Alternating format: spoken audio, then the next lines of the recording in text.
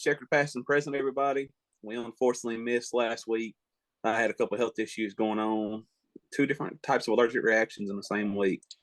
Lovely time. But I guess real quick before we touch over, we can take a quick look back at Talladega since we didn't get to talk about it. If some of you follow the show, you probably know I was there. It was a good, solid race. I know Brett loves the new Super Speedway package. He's more fond of it than I am. Not a huge fan of it, but when you're in person, it makes up for a lot of it. It's just me. Yeah. I don't like seeing the three wide being basically single file racing because they're just saving fuel. They're three wide, but they're not really racing hard at the same time. I'm a huge fan of it. I think it's the sarcasm there in your voice. We're running 3x3x3x3, and nobody's really able to do anything. Yeah, I mean, I don't know. I just feel like you could do so much to improve the super speedway package, and I really like what they said on BBC after the Talladega race, talking about how your short tracks and your super speedways, as well as your road courses, have kind of all been killed, but your mile and a halfs are really, really good. So it's kind of like you changed and improved something, but it's almost like the old adage, like at what cost? So obviously Tyler Reddick won the race. He was a guy that I felt like was up there all day, and you had a car to win. Brad fell just short again because of his idiot Ford teammate, Michael McDowell. But, I say that, but Michael also was just trying to go for the win.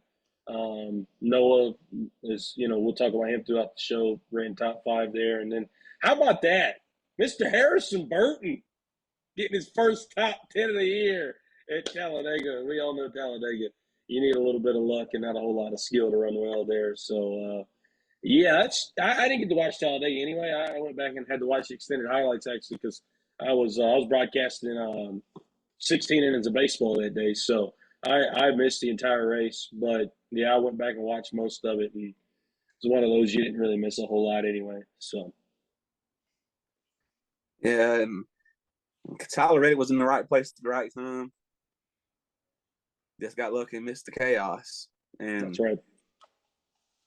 As a Larson fan, it was not a fun weekend. Didn't even get on the track Saturday. He did get up there and contend for the stage win, though, in stage 2 after getting his lap back from his penalty. But at least I got to see him race up front. Talladega is just not his friend. It don't matter the package or anything. It's just not his place. But anyway, he's not lucky. No, he's not lucky at Talladega. There's no line. You can't argue that one. There's no way you can argue it. The dude has I think it's 18 starts and 3 top 10s and 9 DNFs. Yeah, that's not good. It ain't good.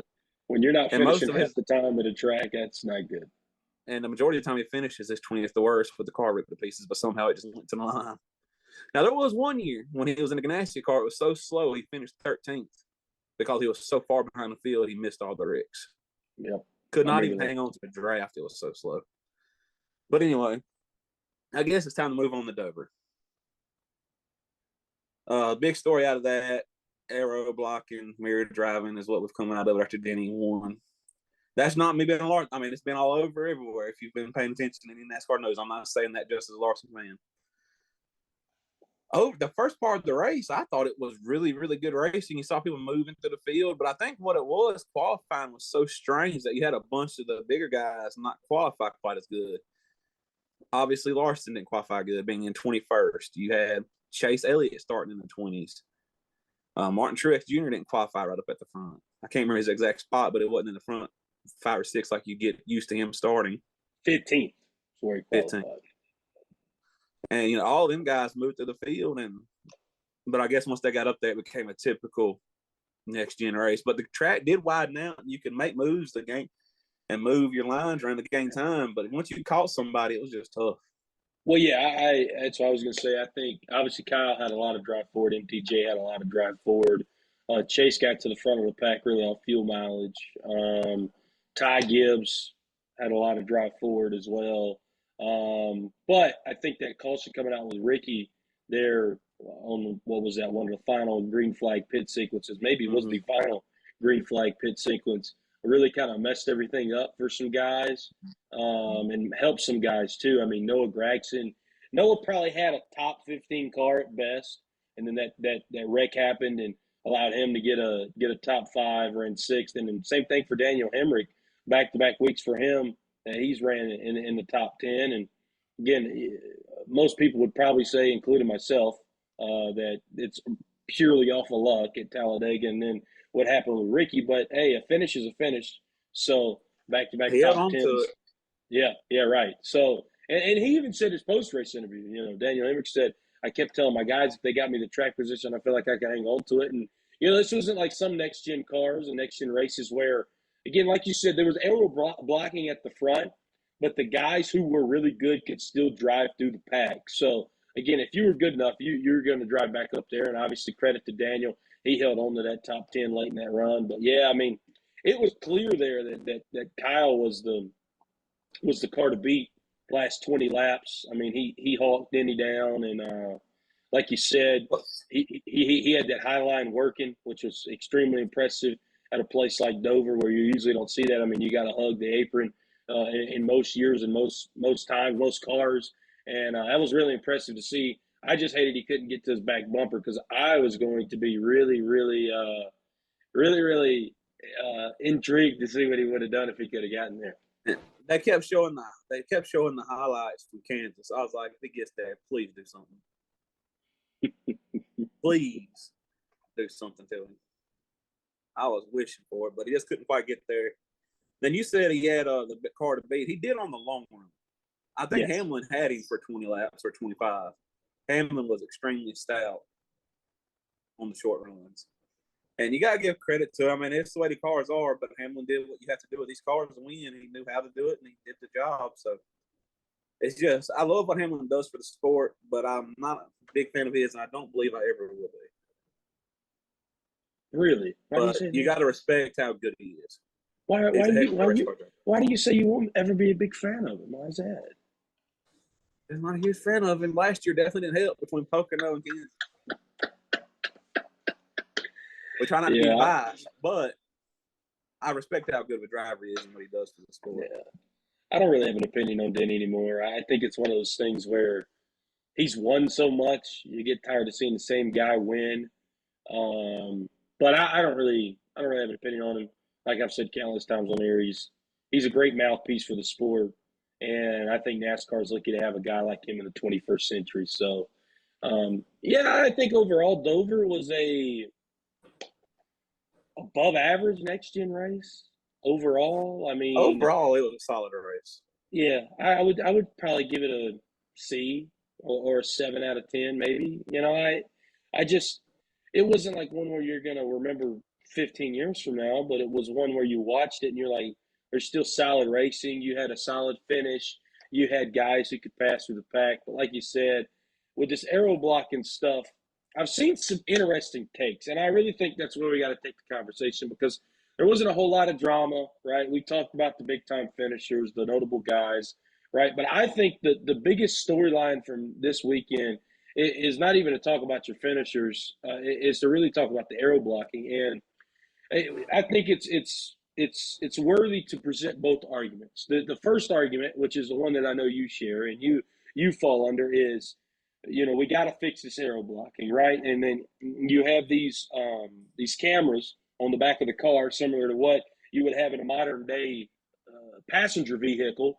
That when you put it in reverse, it helps you back up. It's kind of the same thing these guys have in the cars. And well, Larson said in his post race interview they need to take those out of the cars. I don't really have an opinion one way or the other because I don't drive them, right? I know when it's helping me back up in a garage, it helps out a lot. But I mean, if out there on the track, I don't really have an opinion on it. I also like what Denny said, though, on the counter argument to that. We don't need to be worrying about these cameras. We need to be worrying about things more important than these race cars. And I think both comments have validity. So guys don't like the aero blocking. They say we need to change the race cars. Races should not be won that way. By the way, Denny said he only looked in his camera twice in the final 25 laps. Whether you believe him or not is up to you. The other argument is that aero blocking and aero issues with aero have been around for 30, 40 years. And that, when Dale Sr. said he could see the air and he could manipulate the air, and how downforce has been a problem, and downforce has also been a good thing at times, depending on the car. And that, you've been able to aero block for years. If you go back and look at the COT era, you could spin guys out and get them loose without ever touching the car. Same thing in the Gen 4 cars in the late 90s, early 2000s, when they started to really go away from your true stock cars, right? That's really when aero and downforce became a serious issue in the late 90s. A lot of what I've seen the argument being. I don't really fall under either theory of thought. This is all I'll say. And then, obviously you can explain your stance. My biggest thing is that with these race cars, and when they talk about downforce, they talk about aero, they talk about all this other stuff. The biggest thing you got to change is the horsepower. Because if Kyle Larson has 1,000 in that under that hood on Sunday, there's no doubt in my mind he wins. I don't care. I don't care what kind of downforce. I don't care what kind of aero package you got in there, because he is just going to drive the car harder, and he is going to drive the car until it falls apart. And he is the best driver at doing that in the field. Denny's really good at it too. And if it's anybody other than the 5 car trying to chase him down, Denny's probably going to run away from the rest of the field. And I think that is the biggest issue right now. And yeah, you can manipulate with the downforce and aero package as much as you want to. You're still going to have these issues until you do something with what's going on under the hood. That's my opinion. I agree with you too, but NASCAR for some reason has come. They seem pretty bent on the fact they're not going to mess with the horsepower because they think it's going to hurt the possibility of a new manufacturer coming into the sport. I'm sorry, no true NASCAR fan cares if Honda comes into the sport. And my 15, well, it's almost been 20 years ago now, getting close to it, 17 years, I think. No NASCAR fan wanted Toyota here. Toyota's cool, whatever. I ain't come on, but no NASCAR fan is worried about if Honda wants to come into NASCAR or not. As long as they see 35 to 40 cars out there every week, giving it all, that's all they care about. Dodge, if they wanted to come back, it wouldn't be a problem then, because they're going to want to try to show off having a big motor. That's the other manufacturer you always hear rumors of that I don't think is going to happen. There's a reason they left in 2012 or after 2012, and I don't think they're coming back. But I watched a clip, and you bring this up. It was on Twitter a couple days ago. I think it was the 04 All-Star race that Matt Kenseth won. Pretty sure it was 04. It might have been 03 Johnson won it, so it'd been 04. He catches Newman. Newman's doing everything they can to hold on. But here's my thing. This is where I agree with Kyle Busch. The guy that has the fastest car that's been able to catch you from 2 seconds behind shouldn't be at a disadvantage when you catch the car. You shouldn't be able to use – he should be able to be an offensive weapon, basically, at that point. Newman blocks him for a few laps, racing hard but clean. But Kenseth gets that nose right on that left rear quarter panel coming out of 3 at Charlotte. And it creates a really bad to the bone moment when Newman comes off 3 and 4 and you're reading his right side door panel because Kenseth was able to get him loose. At the same time, Kenseth was able to win. At the same time, you're applauding Newman for saving the car, and it's just a really cool moment. And let's go this way. You may have a really great finish like at Atlanta, like we had Daytona and Talladega. It's a lot happening time. You're never going to get close to what we had at Darlington in 03 with these cars. It's never going to happen. You need more horsepower and tires that wear. Both of them together. And for some reason, I don't know what's NASCAR's big deal is. I don't know if it's true.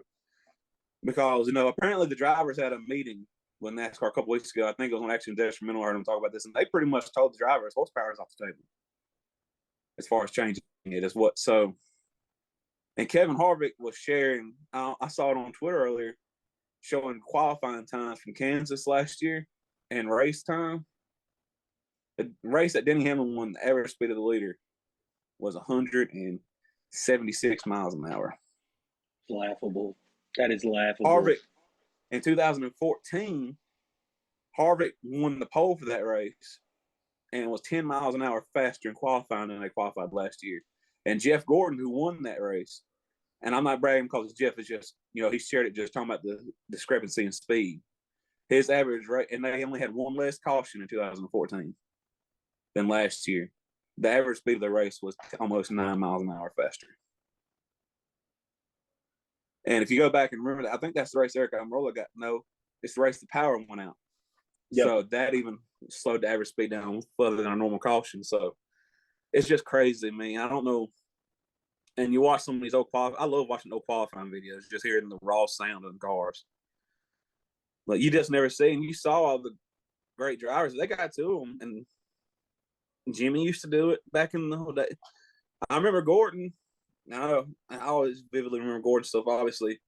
But my now driver, Larson, Gordon taught him a lesson when he was a rookie in 14 and about wrecking 3 straight times on restarts at Kentucky just by getting that nose right to his bumper. And Larson finally figured out you can't block.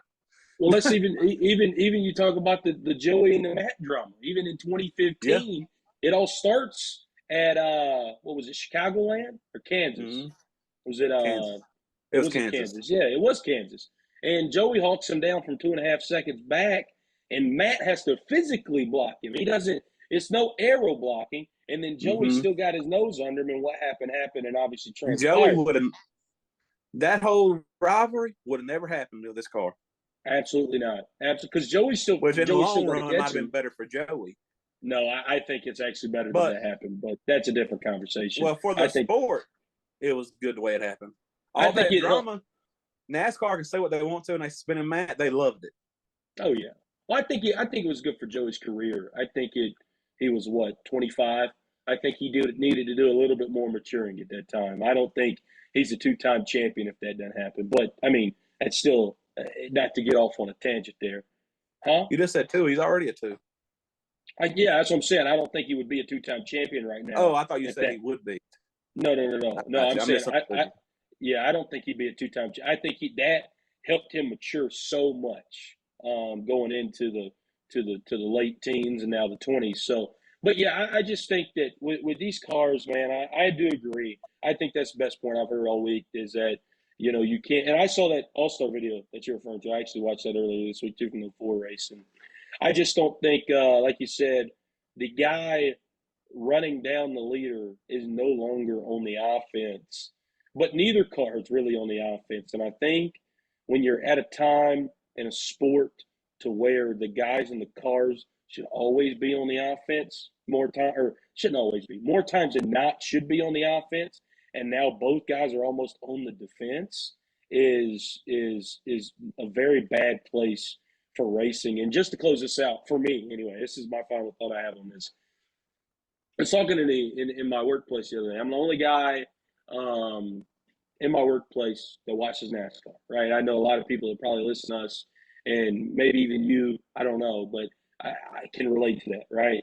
That, you don't have a whole lot of people to talk to NASCAR with. And we always get in debates about NASCAR versus F1, and that's not to go down that tangent. Obviously, NASCAR is a much better product. But I always say that, when you look at F1, the cars are so easy to drive. And I have one coworker who always debates me on that. He's like, they're not that easy to drive. I'm like, yes, they are, with the speed boost and all the assist and everything else they put in these race cars. But then it's finally come to a time now here in NASCAR to where you also have to say, and I made this point the other day, NASCAR now their cars are too easy to drive as well. And used to, these things were so hard to drive. And I love what Jesse Love said last week on DBC after Talladega race. He said, I was watching this with somebody. He was watching Talladega race. He said, and he told, he's watching it with a non-race fan. He said, and he told him, this is where things are about to get hairy. And they go 3 by 3 by 3 by 3 for 8 rows back. And nothing happens. Not saying that you want somebody to die. Not saying you want somebody to get hurt. Not saying that we watch the sport to see guys barrel roll down the backstretch. But used to, you could not see that and not see a major wreck. But you wouldn't see that on the flip side because guys knew you would have a major wreck if you went in there 3 by 3 by 3 by 3 for infinity rows back. Now it just you don't even worry about it. These cars are too easy to drive.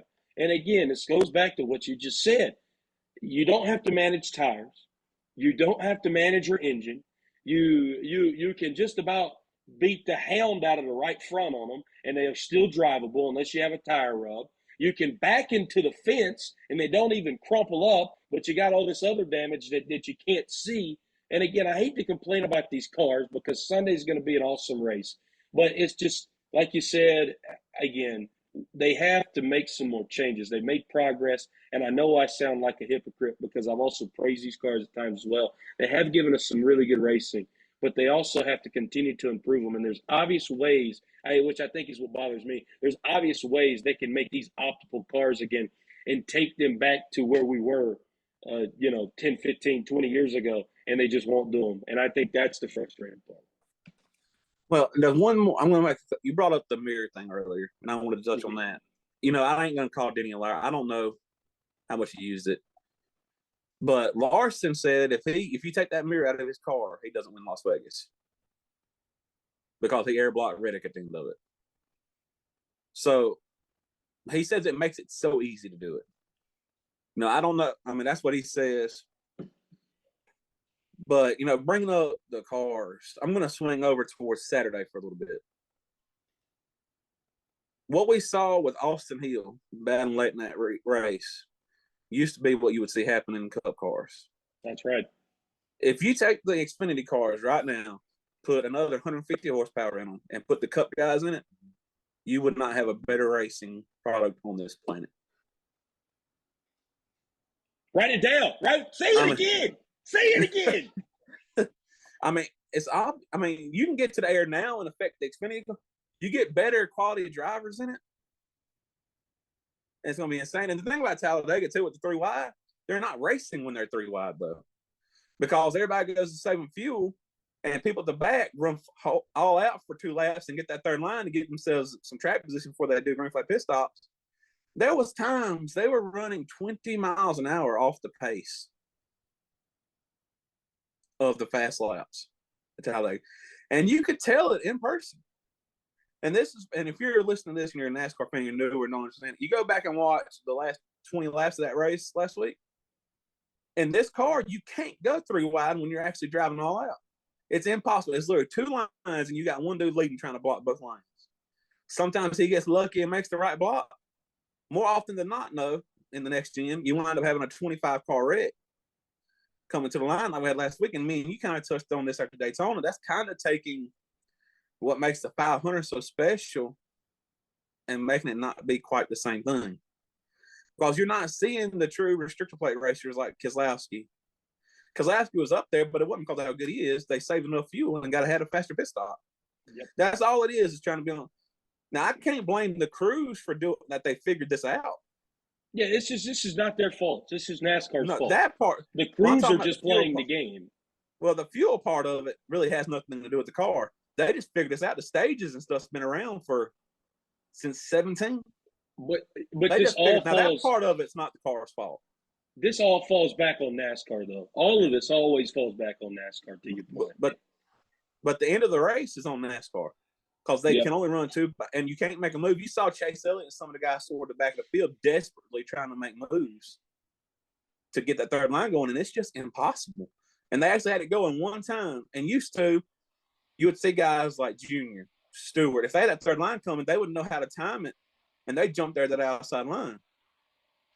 I saw it was, I believe it was Bubba early in the race when they was actually trying to race hard when they wasn't saving fuel toward any one of the stages. We give Bubba a little bit of, hard time, but Bubba is one of the top 10 for sure plate racers. I'd say top 5. Yeah, I'd say top 5. Yeah. But he knows how to time that run, and he used to go from the 20th to the lead in 5 laps in the previous generation car.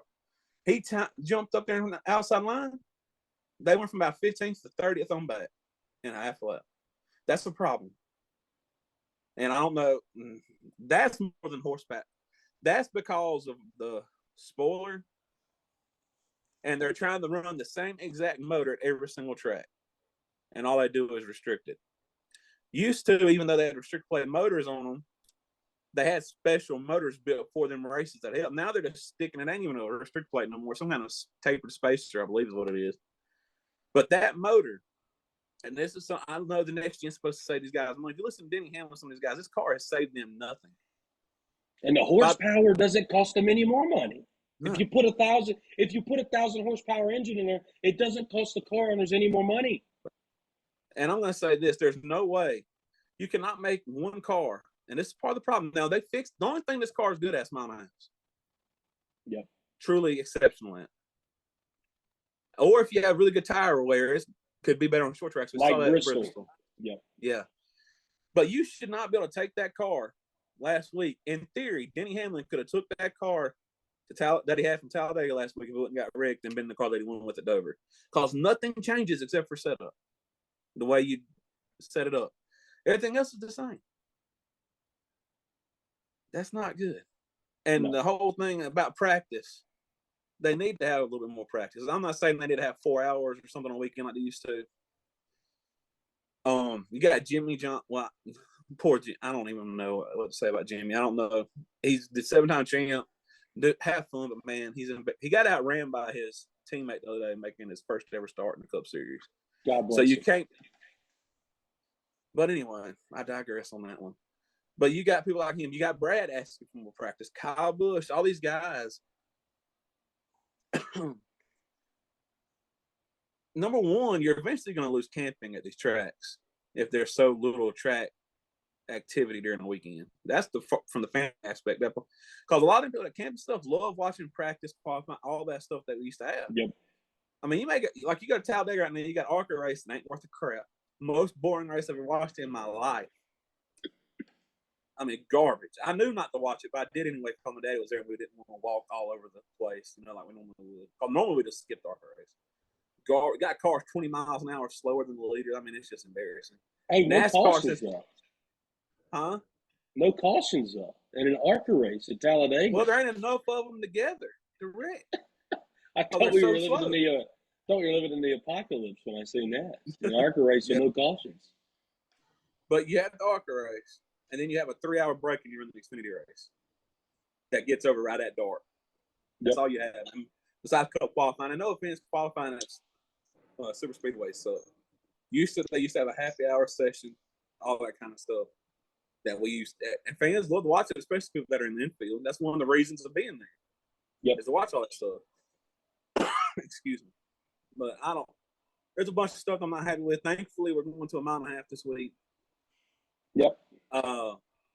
One quick thing before we go, I want to talk about something else, but I want to talk about results real quick. Let's quit taking a break from bashing the car. You talked about Noah Gragson having another top 5 finish the other day. He's having, if it wasn't for that penalty, man, he'd be right there on the cutoff, right there borderline for points. I want to, 2023, he made 21 starts before the issue happened.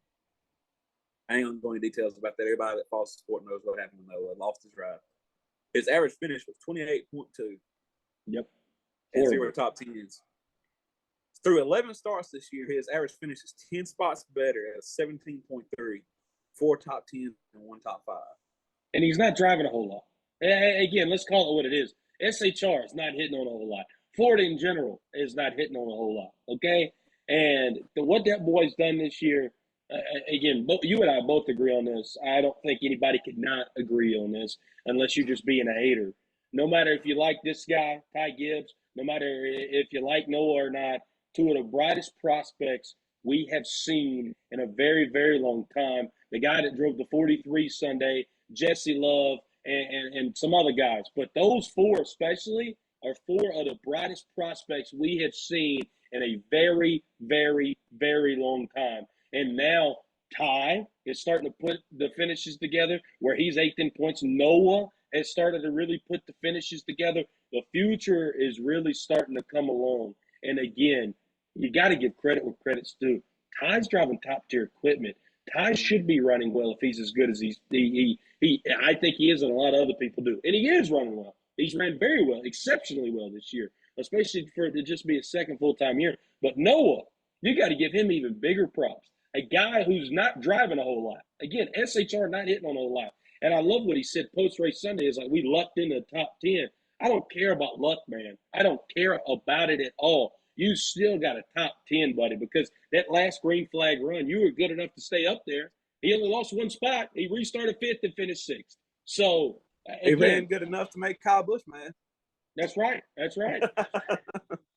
And so, I'm nervous about him, though. I'm nervous about what's going to happen with Stuart Haas. I hope he doesn't wind up losing his chance after this year. He'll get another one.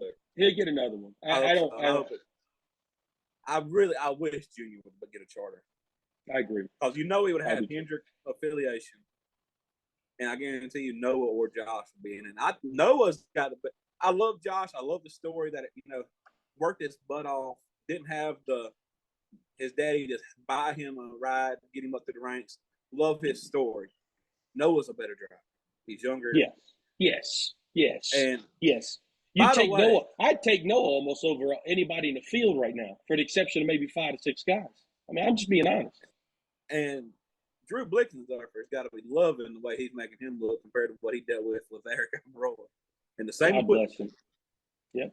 I mean, well, we all knew Drew. I always thought Drew was a good crew chief. He won 2 races. He won the Daytona 500 with Matt's first 500 win, and won Auto Club the very next week. And then you saw Roush as a whole started that little deal. Yep. Right around that time. But Drew was the one that turned McDowell around. Oh, he was the crew chief when McDowell won the 500. Mm-hmm. If I'm not mistaken. And he was. No, I'm really. I've always been. I thought he did some really dumb stuff, and him and that guy on your hat, Ty, both did a lot of dumb stuff in the Xfinity Series. I agree. Absolutely. And a lot of it was towards each other. If they ever both get to running in the top 5 battling for wins, it's going to be awesome for this sport. Because I don't care how much time them two do not like each other. I don't believe to this day.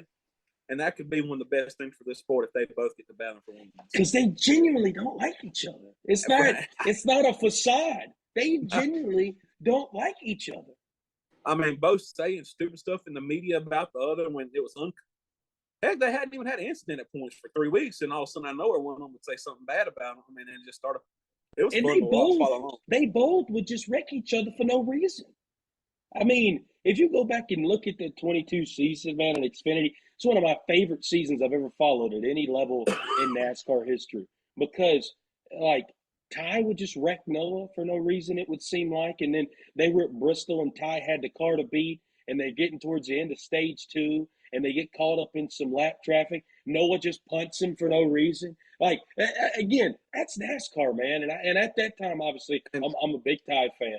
But it was fun to see looking back on it retroactively. And I agree with you. There's probably going to be a point. These two guys are going to get a really big rivalry again. I'm going to love it. Even if Ty's on a bad end of some of it, I'm still going to love it because it'd be awesome for the sport. I agree. If they both race each other like they did back then, both of them are going to be on the wrong end of it at some point. Oh, yeah. I know hate is a strong word, but there's almost pure hatred between the two of them. I'll say this, though. I think amends were probably made to a certain extent. I'm not saying they're best pals by any means, but I think amends were made to a certain extent. Noah went over there after Ty won his championship. Ty obviously lost his Fowler a few hours later. And I think Noah and him, along with a lot of other guys, Ty has kind of created a new slate with. I mean, if you look at the field right now, Ty really only has beef with one other guy.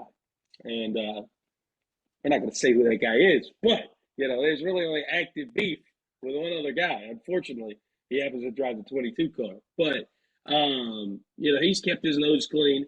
Noah's also done a very good job of not making other guys mad as well, which last year he didn't have a reason to because he wasn't running up there. And this year, he's been competitive and hadn't ran into anybody. So I think you got to give Noah a lot of credit, man. And again, he and Ryan Blaney, in some weeks, Joey, but some weeks not, but he and Ryan Blaney, man, are carrying the manufacturer right now. They are absolutely carrying Ford right now. So, yeah, it's been a very disappointing season for Ford, and them two are definitely the big stars. And Joey's just so up and down. One week he looks like they're getting him back on track, and then Sunday he wasn't. I'm not talking trash, like fan to fan like we do. It's just wasn't relevant. Yeah, I don't know what was up with him. I mean, I don't know. It's really odd to see them struggling. It ain't just other than Blaney. I mean, and of course the two still struggling. I mean, he shows he's shown a couple of flashes the last couple of weeks compared to what he has. Man, Don't be nice. Don't be nice. Don't be nice. You don't want to be nice. I'll be rude if you want me to. Joey would still be. Let me go ahead and do my weekly rude update. You bragged about his 10th place finish at Talladega. He went back to reality on Sunday with 32nd.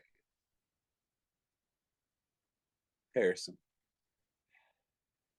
I was getting ready for the podcast earlier, and I was looking in the closet. Right, I had already planned wear the tie hat with the green Marshall hoodie because Ty, he had a couple weeks, so he didn't run top 10. He ran what he had a top 10. What was it? 4 or 5 straight races after Daytona, and then last 2 weeks ran outside of the top 10, and then he finished 10th on Sunday. And I was like, I'm gonna wear the tie hat. He had another good run on Sunday. It was like his 6th or 7th top 10 of the year. And I looked in the closet and I said, I get this hat out, and then I see the Ford Motorcraft hat with the gold 21 on the side. I said, why did I put that one on? And then I remember he drives that race car. And then, Jonathan Booth, I scroll down and I look at these wonderful point standings, and I see that I gotta Harrison interrupt you real Burton. quick. I was looking at the points. I'm sorry. Harrison actually finished 26th. I was actually looking at the points back, man. I'm sorry. That's wonderful. Oh, you know what? That's okay because he is 32nd. Scroll down here. I looked at he's 32nd in points, and I almost want to cry. I really do. Yeah, it's not good. That's our weekly 21 update. For more, continue to listen to next week's, where hopefully finishes 25th. How about that? For a little improvement. After qualifying 21st. What's bad is if it would have been for that big wreck, he probably would have been 32nd.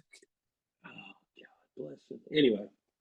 But anyway, let's look at the points real quick in all seriousness. Kyle Larson and Truex have been 15 points apart for 3 weeks now. Yep. It's not moving. Them two are looking like the favorites, I would say, for the regular season championship right now. Because Larson's doing something that he hasn't done in a couple of years. He ain't winning like he was in 21, but he's getting finishes a whole lot better than he was the last couple of years. Because last year at this point, he was like 10th or 11th in points with a couple of wins. Truex yet to win, being just super consistent. Should have won Richmond if it wouldn't been for a late caution. Chase Elliott's third, though, only 33 back, solid. Who? Chase Elliott. Not Briscoe. Chase Elliott. I just know, I know that you have a co-host who some may say is a pretty handsome, knowledgeable guy who said, I don't know, about a month and a half ago, watch out for that Chase Elliott guy. I don't know him personally, but that's what I heard. Well, I don't judge on your look, so I don't know about that.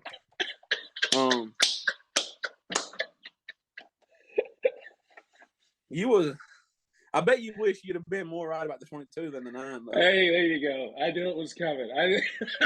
It was coming. 50-50 ain't bad, though. You got one of them right. Hey, Joey won a stage at Talladega. Oh, Larson almost won a stage at Talladega and has finished 3 races there in his career. I'll ask you the same question I asked you the other night. How many championships does Kyle Larson have? Career isn't finished yet, but 1. Anyway, Benny Hamlin is 4th in points. How many championships does he have? There we go. That's something we can agree on. 65, what is it, 64? 64 wins now? 54. That is pretty impressive, though. 54, I'm sorry. Tied Lee Petty for 12th all time. Yeah, that is really impressive, though, all jokes aside. I think. Did you hear on his radio, though? He said actually it's 55. He hasn't forgotten about Pocono.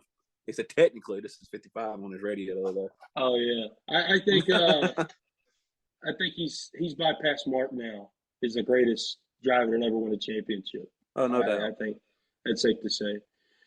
So, yeah, and I mean, it's just all Toyota and Chevrolet there at the top, man. Tyler's in 5th, Willie B 6th, and Blaney the lone Ford in the top 10 in points. And then Ty Gibbs 8th, Bowman and Chastain, they're around out the top 10. KB back up to 11th. He had a rough slide there. He slid down to 17th there early on this year, and he's gotten back up towards the top 10. And then 3 straight Fords and Briscoe, Logano, and Buescher, and then Bubba, and then BK.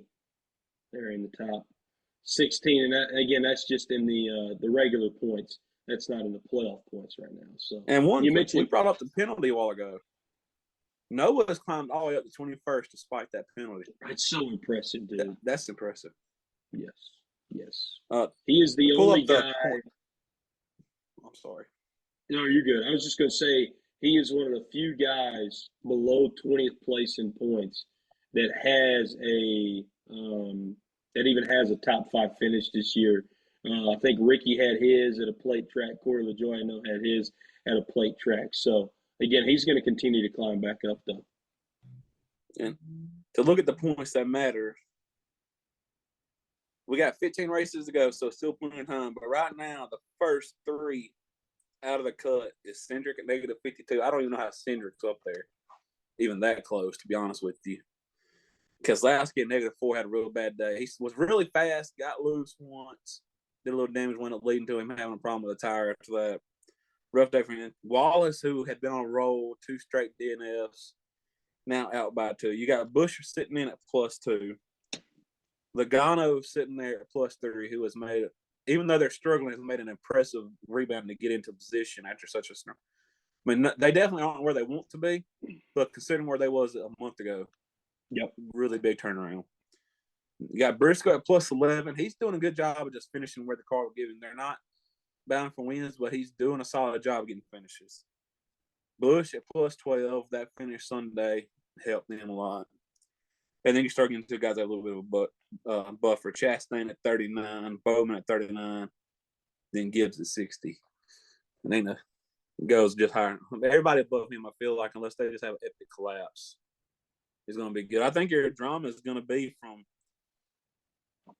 possibly Chastain, because if you have just a little bit of bad luck, I'm not saying hit the driver, but at 39-point cushion right now, you have a couple bad races like Wallace, you're down there on the bubble or out. Right. Just bad luck races. And you got a lot of really good drivers down there on that bubble right now with 15 to go. I mean, a lot of them. And this could be one of the craziest runs to the end of the regular season we've had. As far as especially if you continue to have multi-winners and guys just have to fight their way in on points, man. You're exactly right. And then you throw in guys like McDowell that can win on any road course we go to, as fast as he is. Even Chase Briscoe, he's going on road courses, and if they get that one-off car, Noah, if they give him just a top 5 car and put him in position, he can make a move on a late restart or something and somehow get it done. That's right. All right, guys. So I hope wasn't too bad of a transition here. We just had an intermission of about 20, 30 minutes of real time. We got through talking through the standings there. We made all of our points. And, well, Jonathan, I'll let you take it away.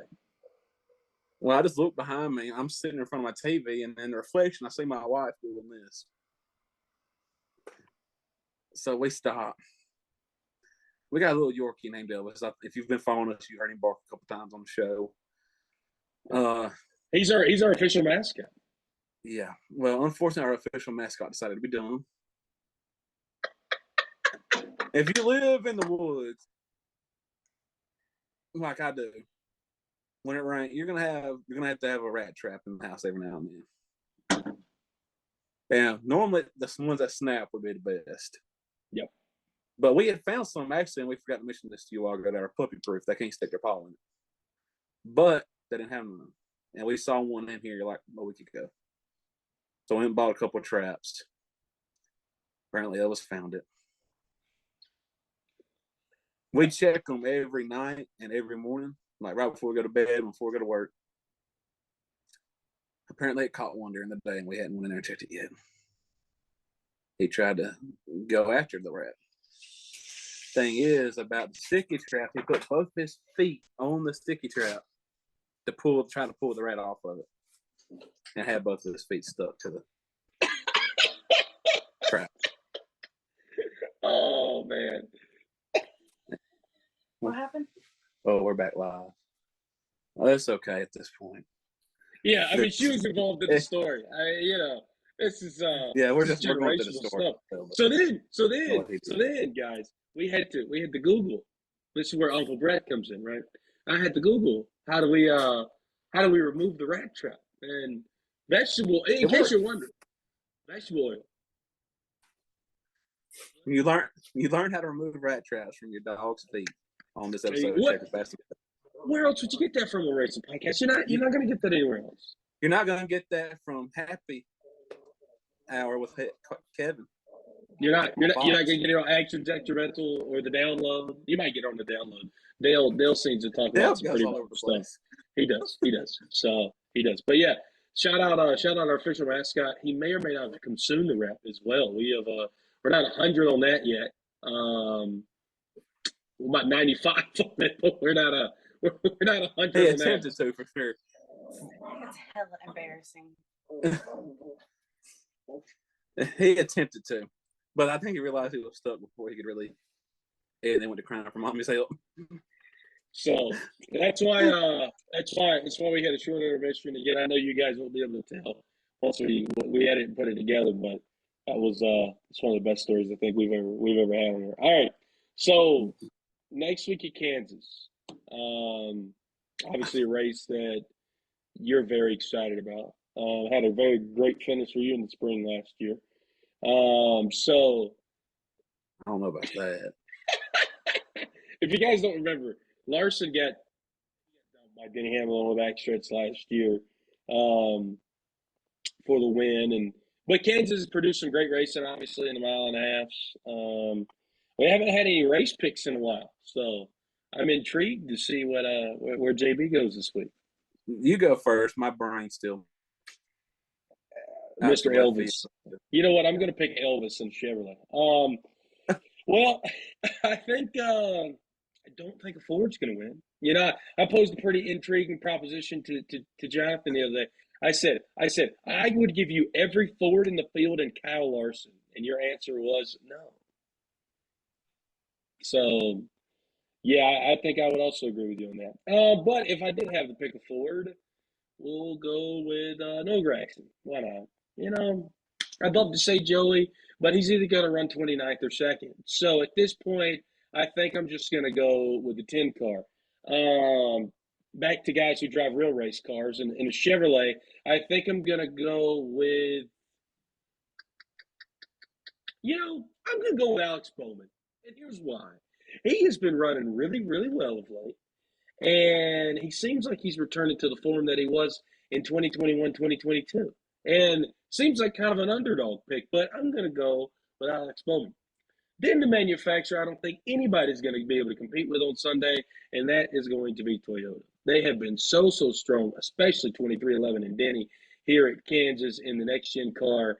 And my pick to win the race will be none other than the Jumpman himself and Mr. Tyler Reddick. NASCAR's version of the Jumpman, I should say. He is every time he's had that Jordan logo on his car, he seems to run really, really well. I don't know if they're running a Jordan scheme or not. I don't think they will. We can check right quick here on the entry list. The 45 car is running a Monster Energy car this week, but he did win, or Kurt wrote one with the Jumpman on here back in 2022. So that 45 team just seems to have it dialed in at Kansas. All the Toyotas do, but Tyler Reddick, my choice to win on Sunday. Ford, you brought up this came from Gore Bumper Clear. And the 4 next gen races at Kansas, Ford combined is the 74 laps. That's not a good sign when you're already struggling coming into this race. But if I'm going to pick one, I'm going to go with Blank. I mean, he's defending champ. Him or Noah's been the 2 best. Brad's been strong at moments, but they've been so up and down. Yep. And that new Mustang hurt RFK. Hurt everybody, though, to be fair. It seems like it hurt them because other than Blaney and RFK, none of the Fords was really that strong last year throughout the run. Now, Blaney got hot, obviously, but RFK was the leader of the Fords winning races through the summer. And they were strong in the playoffs, just had some rough luck. That speed hasn't been there. I mean, Blaney's lost some of it too, but it seems like RFK has lost it just a little bit more. Consistent race speed hasn't been there for any Ford, to your point. Yeah, you're exactly right. All right, Toyota. I would pick Tyler Reddick. It ain't nothing to do with him or the speed of the car. I don't trust his pit crew on a track right yet, where pit stops are gonna matter. Fair.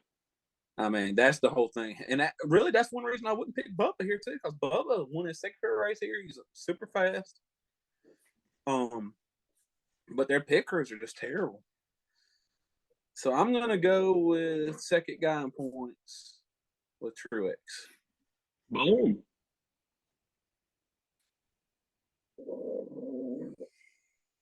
If y'all can hear that, Elvis is drying himself off the laughter is bad. Anyway, Chevrolet. I'm gonna be biased. I gotta go with my guy. I don't hate it. He's really good at Kansas. Hadn't won a next gen race. Been really close. It's really close. It's hard to pick. I mean, it's at this point you got to say it's gonna be a Gibbs or Hendrick car. Yep. You're just trying to pick out of the four out of each. Or 2311. Or 2311. Yeah. I just don't. Their pit crews just ain't. And that's one thing that's hurt Ty Gibbs lately too. By the way, is pit crew. It ain't just 2311 lane. Ty Gibbs' pit crew has been off. Well, all six of those teams all use JGR pit crews. So, I mean, no, 2311 don't. Oh, that's right. They changed this year. That's right. Yeah, they're trying to build their own. But the thing is about that, it's going to take a while to get the really good ones because the good ones nowadays, Cup teams put the real good crew members under long-term contracts. Yep. So they're literally just having to develop from scratch pit crews. Plus, if you got guys coming up to the ranks, they've been used to changing the 5 lugs and now the 1 lug. That's something you got to really, really adapt to at the Cup level. Yeah, I'm going to be honest with you. Larson is a slam dunk pick for Chevrolet and to win the race. I kind of left that one to your choosing there because I am very confident in Toyota. But yeah, with Chevrolet though, I mean, I just feel like Larson has really been the only guy to compete at Vegas or at Kansas, which has kind of started to seem like the same track here in the next gen. He's been really the only guy on a consistent basis to compete with the Toyotas. And I know other guys have won at those tracks. I know Joey's picked up a win on next gen at Vegas, and again, other guys have won at these tracks. I'm not just saying it, but I'm saying it seems like of the now, it's our third year in the next gen car. Every time we go to Kansas or Vegas, it seems like it's going to be Larson and your Toyotas. Like that's kind of how it seems like it's been. So I would be very shocked to see if probably 2 to 3 of the JGR cars and both of the 2311 cars in Larson will all qualify in the top 10. I'm extremely confident to say that. And yeah, I just don't think Ford's going to run well yet again. But we will hopefully see. Not to continue on and making me sad. So let's move on to our GFR race from Saturday real quick, night. There was one thing I wanted to touch on in the whole Elvis fiasco.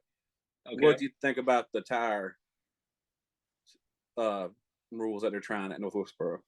Yeah, that's right. Before we get to GFR, that's right. We were going to touch on that. I think it's a really good move. I think it's basically going to see who's aggressive and who's conservative. And in case you missed it, you're going to have 3 different types of tires. Obviously, if it does rain, you'll have the option to use the wet weather tires, and then you'll have a soft compound and hard compound. I think for me, I don't know. I look at it as it's good because that's what we talked about in the podcast for a large portion of it today was, horsepower or the rubber changing. But you're going to be, and it's on a new surface too, obviously, brand new surface. So I don't know. It's going to be interesting because I feel like if you go the softer compound route, the tire isn't going to wear as much, obviously, because it's a new racing surface. So you're not going to be able to see the deterioration, kind of like a bristle that's rather neutral.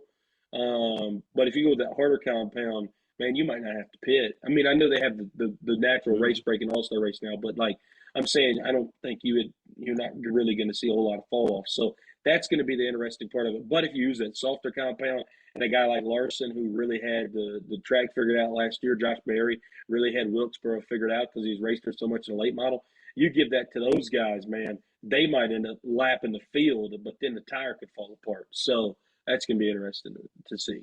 Yeah. And the soft tire is literally the rain tire without grooves. Right. So, I mean, it's a whole different type of rubber.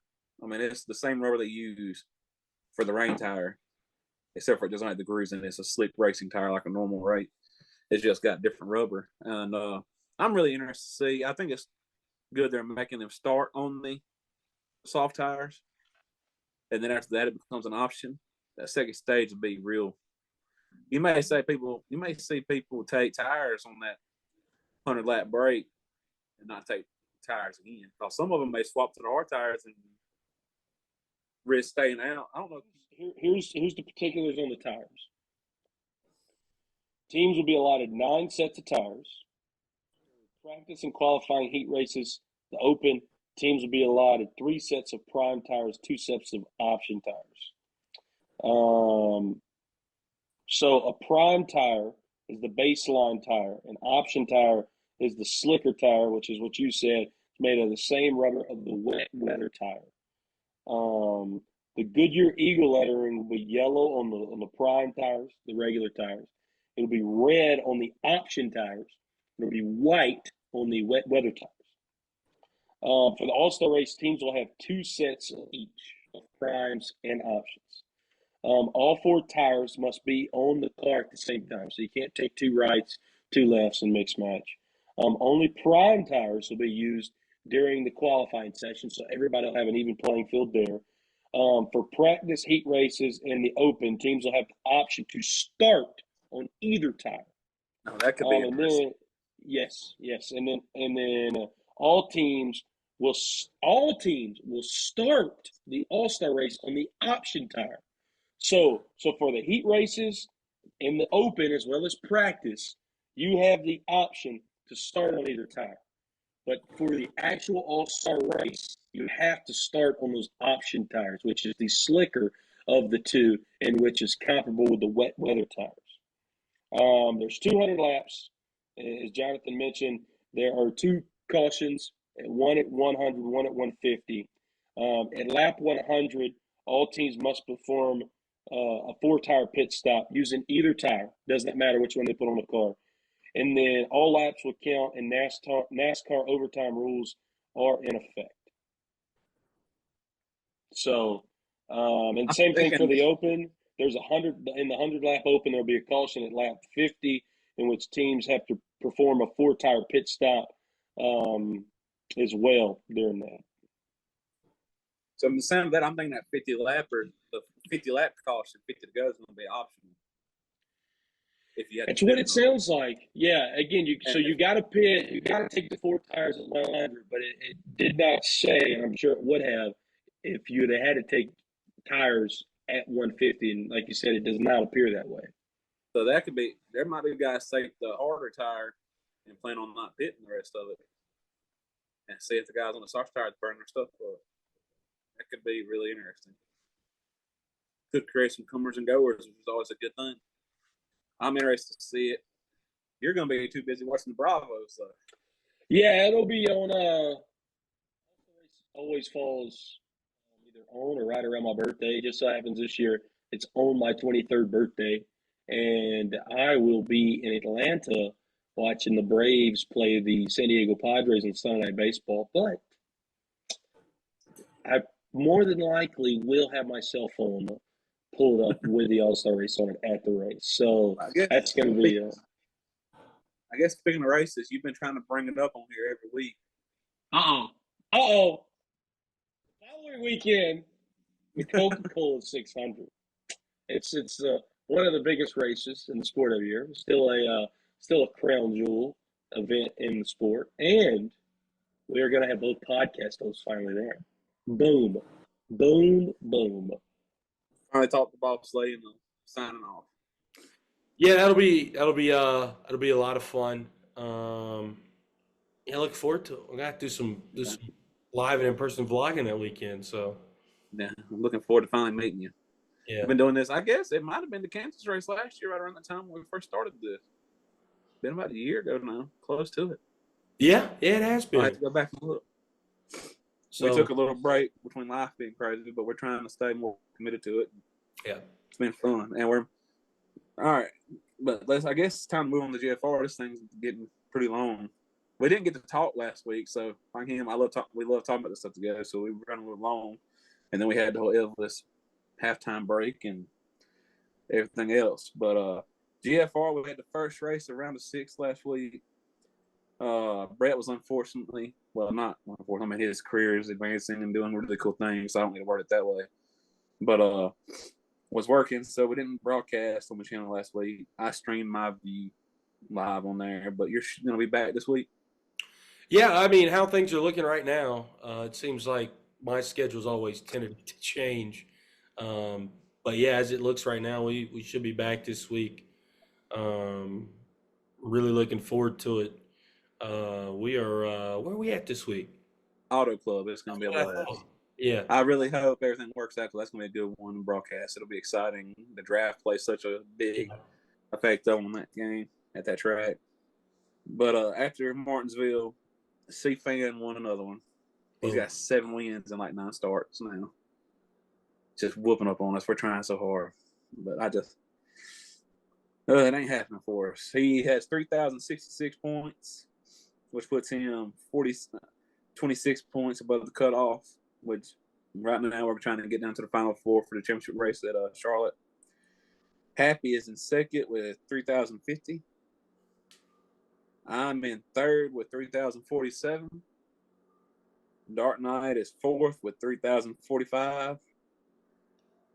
And he is on the cut line with Jay White being in fifth at 3,040 and sixth in the final one that's still remaining is Hellraiser. He had some family things to take care of last week, so had to miss the race.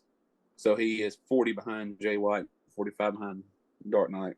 So it looks like right now it's going to be between me, Happy, Dark Knight, and Jay White. I truly have faith Happy's going to make it. I know I'm only 3 points behind him, but normally won't stay that way long. But Auto Club's one of the races where I feel like I can get up there and battle for a win. The draft comes into play. I got a really good car there. We run it. I'm really competitive there. I just hope I don't get too aggressive, make a mistake, and cost myself points. If I'm running third, coming to the end of the stage, and we're right there together, I got to remember I need these points and don't make a mistake and fall back.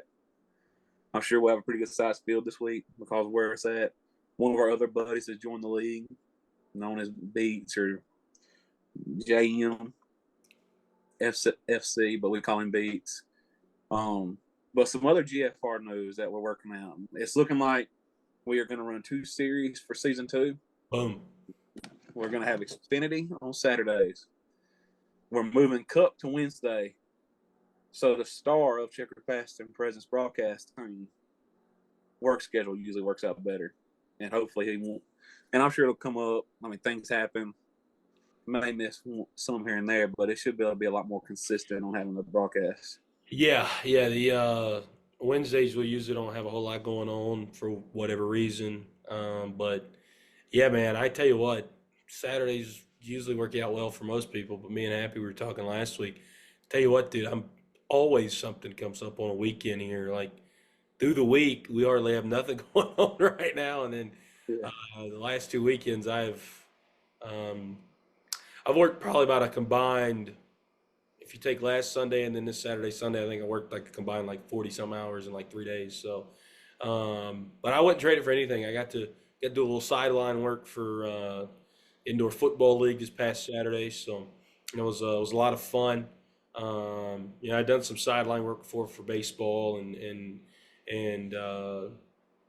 obviously been on the floor for some basketball games, but to work an indoor football league game, and I've even done some radio stuff for football before, but on the sideline. But to like be at an indoor football league game, man, it's such a cool deal. Like we were standing because you don't have it out of bounds, obviously, in that arena. The wall is out of bounds. Yes, correct. And when they are driving toward, we were in like a suite where a lot of my workplace had rented out, and that's where I was doing my hits from down there. And when they would drive towards you, I would have to pick everything up off the table and stand up, because one time a guy literally came flying over the wall, tried to catch himself on the table, and then just flies down.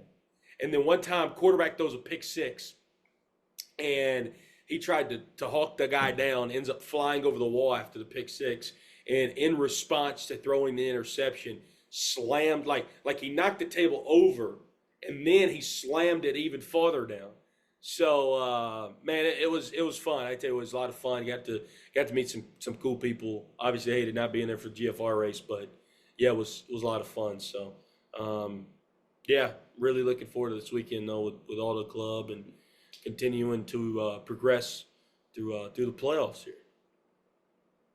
Yeah, and it's getting close to it. I think if I can just get to the Final Four, I think I have a shot. Yep. Because I have a really strong Charlotte car. So I've ran. W knows it. I mean, I smoked in there the other night. Why? Hey, whoa! Smoke is a strong term. Okay, It was pretty bad. I got used up like halfway through the race, and then I just went and parked it down at the infield, ate my dinner. So, but no, I feel like Charlotte's a great place to end the year. I mean, that'd be something to throw out even for NASCAR in real life. I know it gets kind of colder in Charlotte in November, but it'd be a good place to end the year, I think. I mean, they run their oval in October, like 4 weeks before the finale now, so that'd be Get rid of the Roval and bring the oval back for a 400-mile championship race. that'd be fun. Hang on. Be a lot of fun, dude. Because the one thing about as good as the next gen is, it is fixed amount of house. We need to go to Charlotte Oval twice. Exactly. I We mean, don't need to go to the Roval. and you get to you. I think that would just this is a great way to finish the podcast. It's my final thought of the day. And get rid of the Chicago street course and bring back Chicagoland. Right. I think this is a great way for me to finish off. This is my final thought today. You start off at a crown jewel. You start off where NASCAR was born every year, right, with the 500. Why not end the season where NASCAR resides now and has for 40, 50 years, right? I mean, Charlotte is the home of the sport. You have all the race shops pretty much within a 10 to 15 mile, maybe 20-mile radius. A couple go outside of that, but the majority of them are so close to the speedway. Why not start the season where the sport was founded and end the season where the sport currently resides? And I know that we go into November, and Charlotte can be a little cold in November versus a Miami or a Phoenix. But I think that would be so sick for the sport. So sick for the sport. I think it would be a really good thing too. But I don't see it happening, unfortunately. Unfortunately, NASCAR doesn't agree with us, or its drivers, or its crew chiefs, or nobody. And one thing I would also love to know, Brett? I would love to know who these fans are on this fan council we hear about. Because everything that everybody complains about, somehow the fan council likes it. I wish I knew who these fans were. It's not us. It's not me. Big reveal. It's not 99% of the NASCAR fans you see on social media. Nope. Either. So I don't know who it is. It's got to be Bill Francis' great niece and her children. Gotta be, huh? But anyway, I think it's been a great show after unfortunately having a week off. Had some hiccups here and there during it. Bad dog. He's sitting over here just looking at me. But it looks sad still. But anyway, we'll introduce y'all to him one day since we've talked about him so much on here and y'all hadn't seen him. But anyway, look forward to meeting Brett here in a few weeks toward the end of the month. And his daddy. There you go. And your other buddy that's coming. Ant always Ant's accompanying us to a lot of races, one of my best friends. So yeah, we're gonna have a big crew, dude. Yeah. I look forward to meeting all y'all. And I guess for now, this will be where we end it. One more interesting thing. I know I said I was gonna leave you off with that. Leave you off with this now. This will be you, Ant, and I's and Kendall's first ever 600. This will be my dad's, what did he tell me? 14th 600. You've never been to the 600? You just went to the. I've been to All-Star Race. I went to the Bank of America 500 plenty of times. I've been to Charlotte more times than I can. I've never been to 600. Obviously, I was going to go last year. It got rained out on Sunday. I didn't go on Monday. So. That'll be another one off my list. I've been to the 500 we'll be going to the 600 here in a few weeks. Boom. Then to the Southern 500, I guess. The only crown jewel since Indy's coming back is to go to that. Yep. Maybe we do that this summer too. I don't know. I don't know. I would love to mark it on my list, but I just don't think it'd be fun to watch a race there. Well, we'll have to see how the next gen responds because we don't know. Well, I'm just telling you, you can't see much though. Yeah. Especially on the front straightaway, you'd have to sit in one of the turns. I think they actually have better. Cause with that big pavilion, what do they call it? What's that called on the pit road side that everybody says is so famous? I look at it as being a race blocker. I know you're talking about. Coda. I don't know what it is. But you know what I'm talking about. They always talk about every race, and to me, it just blocks the whole view from the right straightaway. But anyway, by the way, NASCAR, keep the pylons and put the one at Talladega back. That's going to be my last thing. The pylon thing is ridiculous.